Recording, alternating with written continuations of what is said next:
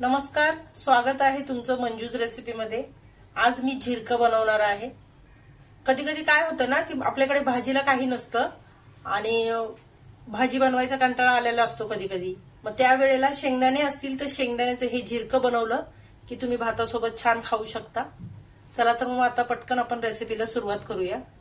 इथे मी एक तवा गरम करायला ठेवलेला आहे। आता शेंगदाणे डाग पडेपर्यंत भाजून घेणार आहे। शेंगदाणे भाजून झालेले आहेत। आता मी हे काढून घेते। आता हे शेंगदाण्यांची मी साल काढून घेते। शेंगदाण्याची साल मी निघेल तेवढी मी काढून घेतलेली आहे। आणि इथे वाटपासाठी मी इथे 5-6 हिरव्या मिरच्या घेतलेल्या आहेत, लसूण आहे आणि अर्धा चमचा जिरा आहे। आता हिरव्या मिरच्या, लसूण आणि जिरे घालते आधी मी जार मध्ये आणि शेंगदाणे सोबत घालते। याचं असं जाडसर वाटण करून घेते मी। याच्यामध्ये पाण्याचा वापर न करता मी कोरडच वाटून घेतलेला आहे। कढईमध्ये मी 2 चमचे तेल घालते।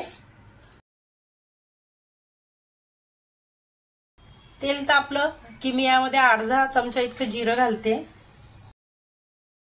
हे छान ठेचून घेतलेलं लसूण आहे हे घालते। कढीपत्त्याची पानं आहेत ही घालते। हिंग घालते पाव चमचा। शेंगदाणे आपण बारीक करून घेतलेले हे घालते। पाव चमचा इतकी हळद घालते।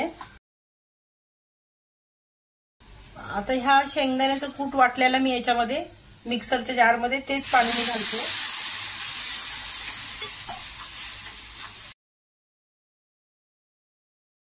पाणी घालून झालेलं आहे। आता चवीपुरतं मी मीठ घालते आणि याला छान उकळी येईपर्यंत मी याला शिजवून घेते। तर ह्या झिरक्याला छान उकळी आलेली आहे। मी 5-6 मिनिटे शिजवून घेतलेला आहे। याला काही ठिकाणी शेंगदाण्याचं पिठलंही म्हटलं जातं।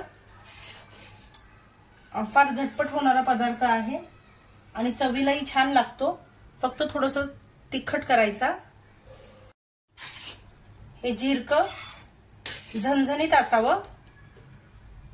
तर इथे माझं झिरकं बनवून तयार आहे। आता मी गॅस बंद करते आणि वरतून थोडीशी कोथिंबीर घालते।